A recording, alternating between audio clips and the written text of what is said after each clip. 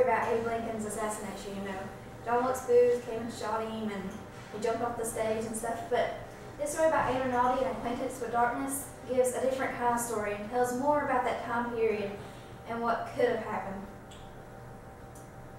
It's a historical fiction book, which means it has real events and also some fake events and some fake people, but it also includes some real events in the time period that they were having. I usually don't like this genre because I don't like history, but I do have an interest in the assassinations and also the Holocaust, which is not about this book, but I really like the assassinations. I think they're fascinating. And that's one of the reasons I chose this book, is because I felt like it was going to be about the assassination, so I found it interesting. The setting is in Washington, D.C., about the time of the Civil War's ending and Abe Lincoln's assassination around that time period. There's a little girl named Emily. She's 14 years old. She lives with her mom because her dad died fighting for the Union in the Civil War. And when her mom has tuberculosis, which really means that Emily is more of a caretaker than a daughter to this woman. So, against her will and her mother's, she has to go live with her Uncle Valentine when her mother passes away. Her mom never liked Uncle Valentine, but Emily never understood why.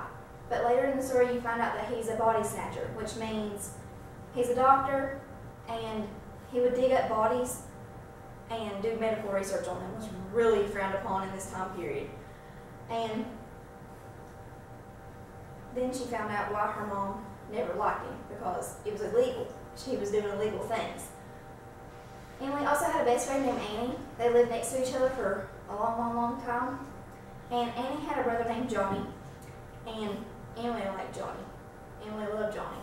It was one of those best friends, older brother's hot things. She really liked him.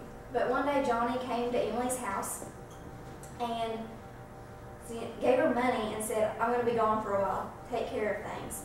And she was like, "Okay." Well, it turns out that Johnny was tight with John Wilkes Booth, and they went and killed Abe Lincoln. So Johnny goes to Canada and flees. And Johnny's mom knew where he was, and she eventually gets hanged because she knows where he is, but doesn't tell the authorities. And then the rest of the story I'm going to leave because there's so many surprises in this book. But another thing about Emily and Uncle Valentine, Emily starts hanging out with Uncle Valentine after everybody leaves. Like Johnny leaves, her mom is dead, so she has to create some kind of bond with Uncle Valentine because she lives with him. And through this, she finds out that she really likes medical research. She thinks it's pretty cool, and she decides that she wants to be a nurse. So it kind of goes in with the women's history in this time period, you know, them coming up in the medical field and being able to do things. Elements of the story that I did like was the voice, because she's a 14-year-old girl and she's kind of wise beyond her years because she's had to grow up. I mean, she's lost a lot of people in her life. So she's mature, so I can relate better to her because I think, you know, she's not that much younger than me, so I can relate to her. The setting, I love that time period, and as I said before, I like reading about the assassination, so I thought it was a good time period that I liked. And the plot, I liked the story overall. I mean, there were some points that it got kind of boring, but when it was good, it was really good. The thing I didn't like about the story was the complex characterization. You thought you knew a character, but you didn't, because there were so many things going on in this book, and these characters were just so complex. They had so much underlying that you had to figure out, and I'm more of a simple-minded person. I like knowing what a character is.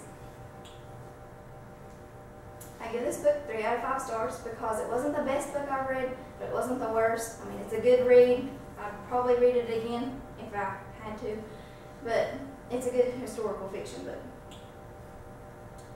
I recommend this to anybody who, you know, like any of you who like to read a historical fiction book, because it is one of the better ones that I've read. And anybody who likes reading about assassinations like I do. So, thank you.